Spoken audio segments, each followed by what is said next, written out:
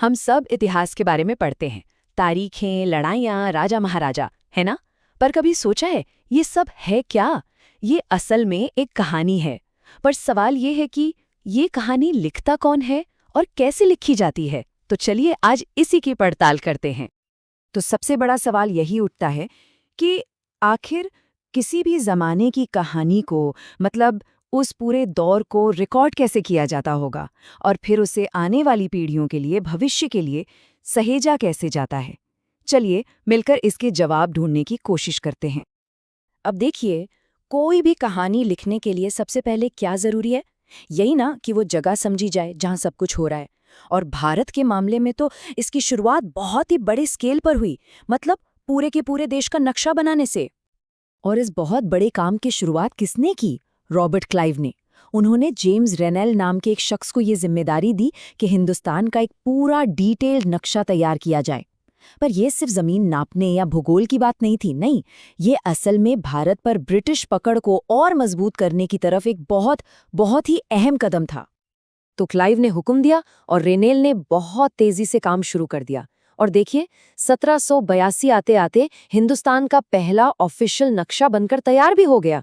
पर जैसा कि हमने कहा, यह सिर्फ एक नक्शा नहीं था, ये तो एक ऐलान था, एक इरादे का कि इस जमीन को समझना है और फिर उस पर शासन करना है। ये एक बहुत पावरफुल टूल था। अच्छा, तो जमीन का नक्शा तो बन गया, ये बात तो समझ में आ गई। लेकिन उस जमीन पर जो घटनाएं हो रही हैं, जो कुछ भी घट रहा है, उसकी कहानी कैसे लिखी जाती है? यहाँ पर आकर ना चीजें थोड़ी पेचीदा हो जाती हैं, क्योंकि अब खेल में आता है नजरिया। और जब नजरिए की बात हो ही रही है, तो एक नाम जरूर सामने आता है, जेम्स मिल। ये स्कॉटलैंड के एक अर्थशास्त्री और पॉलिटिकल फिलोसोफर थे। साल था 1817 जब उन्होंने एक किताब छापी, एक ऐसी किताब जिसने भारत के इतिहास को देखने के तरीके पर बहुत ही गहरा और कहें तो काफी विवादित असर डाला। तो जेम्स मिल ने क्या किया? उन्होंने भारतीय इतिहास को धर्म के आधार पर 3 हिस्सों में बांट दिया, हिंदू, मुगल और ब्रिटिश। उनका मानना था, या कह लें कि उनका नजरिया ये था कि ब्रिटिश शासन भारत को सभ्य बनाने के लिए जरूरी है। अब इसके ठीक उलट आज के जो इतिहासकार हैं, वो इतिहास को समाज में आए बदलावों के हिसाब से देखते हैं, जैसे प्राचीन, मध्यकालीन और आधुनिक दौर। इससे एक बात तो बिल्कुल साफ हो जाती है ना, कि इतिहास लिखने वाले का नजरिया, उसकी सोच, उस कहानी को पूरी तरह से बदल सकती है जिसे हम पढ़ते हैं। चलिए, नजरिया तो अपनी जगह ठीक है, पर इतिहास को सिर्फ नजरिए से नहीं लिखा जा सकता।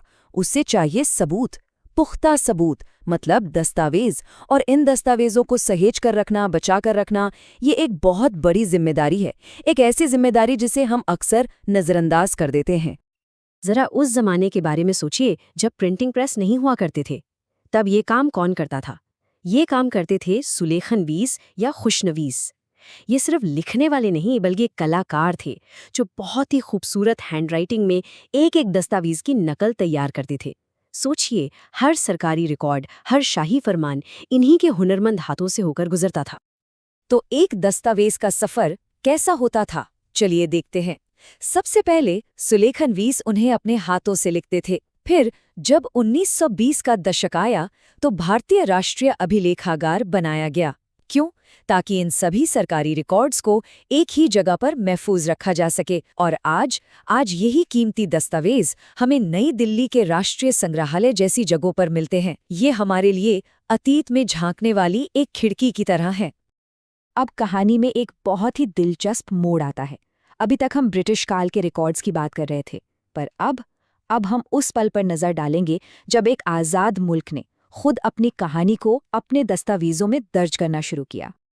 और वो साल था 1951। ये वो साल था जब आज़ाद भारत में पहली बार जनगणना हुई।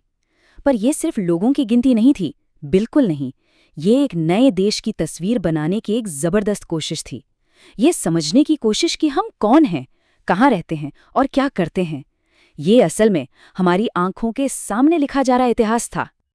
लेकिन एक मिनट, क्या इतिहास सिर्फ सरकारी फाइलों और जनगणना के आंकड़ों में ही मिलता है?